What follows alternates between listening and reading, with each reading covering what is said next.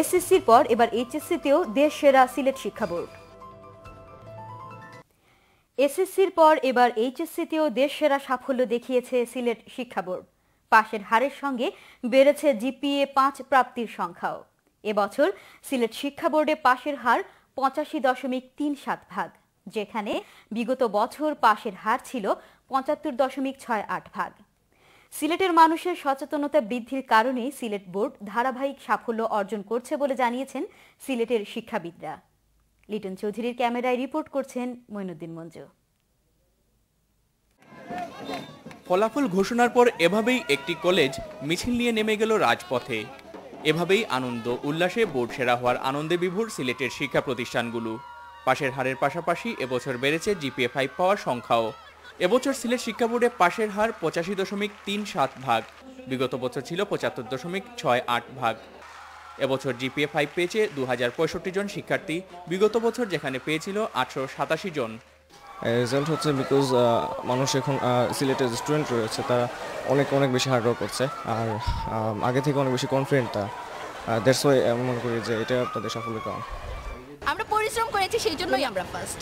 আচ্ছা, যে অবশ্যই ভালো, সিলেট যে এত ভালো করতে পারছে আমাদের তো ভালো লাগবে।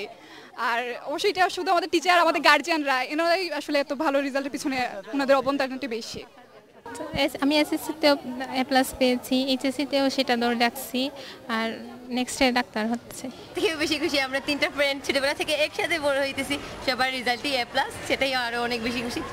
সিলেট শিক্ষা বোর্ডে মানবিক বিজ্ঞান ও ব্যবসা শিক্ষা শাখায় মোট 37,372 জন শিক্ষার্থী অংশ নিয়েছিল। এর মধ্যে এবার পাশ করেছে 31,903 জন। সিলেট শিক্ষা বোর্ডের অধীনে পরীক্ষায় অংশ নেওয়া 169টি কলেজের মধ্যে সিলেট সরকারি মহিলা কলেজ থেকে সবচেয়ে বেশি 244 জন শিক্ষার্থী জিপিএ 5 পেয়েছে।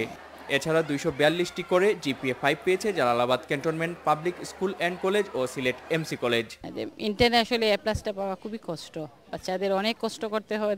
আমাদের একটা জয়, আমাদের কষ্ট সার্থক, আমাদের মেয়েদের কষ্টটা সার্থক হয়েছে। ওদের যে আমার রেজাল্টের কারণে আমি খুশি, আমি এটা আশা করছিলাম। পড়াশোনার দিক দিয়ে সিলেটের মানুষের সচেতনতা দিন দিন এখন বৃদ্ধি পাচ্ছে, আর সেই কারণেই সিলেট বোর্ড ধারাবাহিকভাবে সাফল্য অর্জন করছে বলে মনে করেন মহিলা কলেজের অধ্যক্ষ বিশিষ্ট শিক্ষাবিদ নজরুল হক চৌধুরী। মাঝখানে ধস নেমেছিল, এখন আবার মানুষ সচেতন হয়েছে এবং অভিভাবক, শিক্ষক, শিক্ষার্থী সবাই অত্যন্ত সচেতন হয়েছে লেখাপড়ার ব্যাপারে। এই জন্য সিলেট শিক্ষার হারও বেড়েছে এবং পাশের হারও বেড়েছে। Moinuddin Manju, channel S news, Sylhet.